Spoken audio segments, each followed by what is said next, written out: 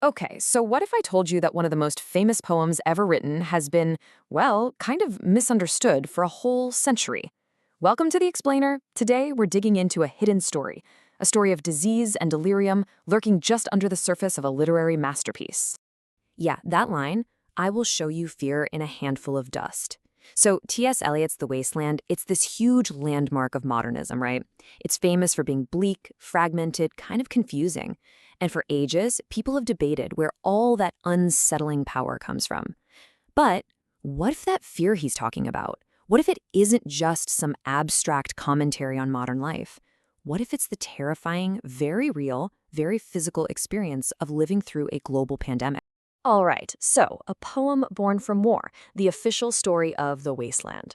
Before we can really unpack this new idea, we've got to look at the official story. The interpretation that's dominated how we've all understood this poem for 100 years. So, for a century, the consensus has been pretty clear, right? The thinking goes that the poem's broken, chaotic world is a direct response to the trauma of World War I. All those shattered images are seen as, fragments of a civilization in ruins, a spiritual wasteland left behind by the battlefields of Europe. And look, this reading is powerful and it makes a ton of sense. But it might just be missing a really crucial piece of the puzzle. And that's because while the world was absolutely reeling from the war, it was also being devastated by something else, a second and in many ways far deadlier catastrophe, an invisible enemy that was stalking every single city and every home. History's forgotten pandemic. Why we remember wars but forget plagues. This whole thing brings up a really fascinating question, doesn't it? Why do we build monuments to some disasters, write them into our history books, while others that were just as devastating seem to just fade away from our collective memory?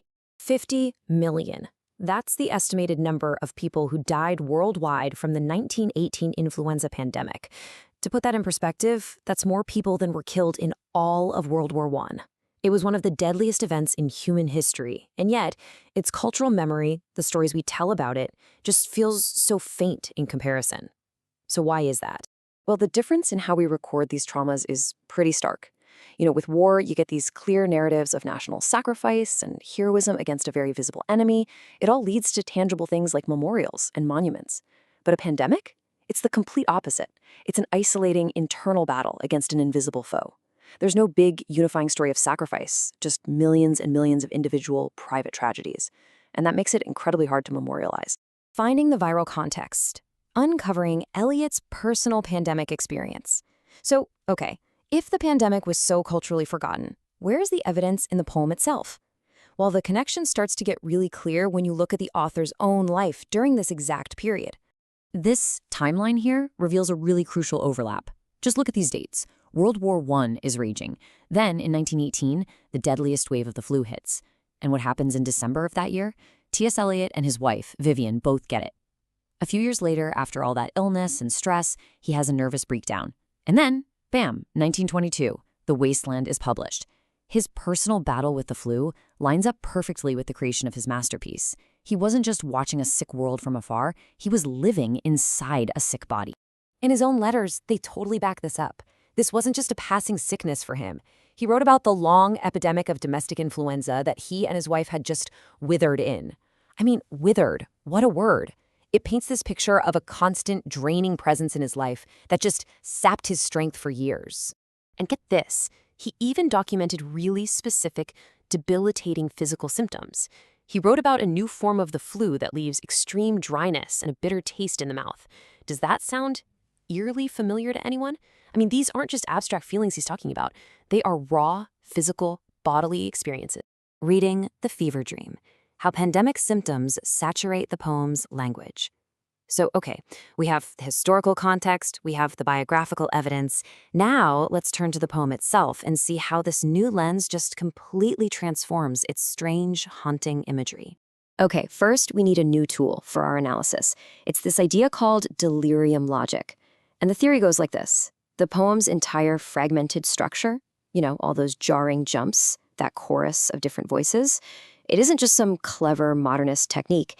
It's actually an attempt to capture the hallucinatory, confusing reality of being trapped inside a high fever. Okay, let's take this famous Pretty disturbing line. Dead mountain mouth of carious teeth that cannot spit. For decades, critics have looked at that and said, okay, that's a powerful metaphor for a spiritually dry, dead landscape. But what if you look at it through a pandemic lens? Suddenly, it's not just a metaphor anymore. It becomes this gut punch of a physical description of a body ravaged by fever, a mouth so dry it feels dead, a thirst so overwhelming it's literally terrifying. It's the direct experience of being sick. Or how about this one, the iconic line from the fire sermon section, burning, burning, burning. The traditional reading, and it's a good one, connects it to Buddhist teachings about escaping the fires of passion and desire. But the viral reading adds this powerful second layer of meaning. And it doesn't erase the spiritual crisis. It grounds it in a physical one. That burning isn't just some metaphysical desire. It's the literal consuming fire of a fever, an experience that millions of people reading the poem in 1922 would have known all too well. And this feeling, this sense of being completely emptied out, it actually has a name. The literary scholar Elizabeth Outcock calls it innervation. It's that post-viral state of just being drained of all energy and vitality, physically, mentally, you name it. And you could argue that this feeling, this sensation of a kind of living death, is the core emotion of the entire poem. Why this silence matters, the poem as a memorial to a forgotten trauma. So, what's the big takeaway here? This reading suggests the poem isn't just about a forgotten trauma, it's a testament to the very act of forgetting itself. You see, the poem's famous brokenness, all those fragments, maybe they aren't just the cultural shrapnel of war. Maybe they're the aftermath of a virus that shatters everything it touches, a virus that fragments our thoughts and memories, our communities, our bodies, our stories, our very ability to make sense of the world. What Eliot did, maybe without even fully realizing it, was capture a collective trauma that society just had no language for. He didn't write a poem about the flu. He wrote a poem from within the flu.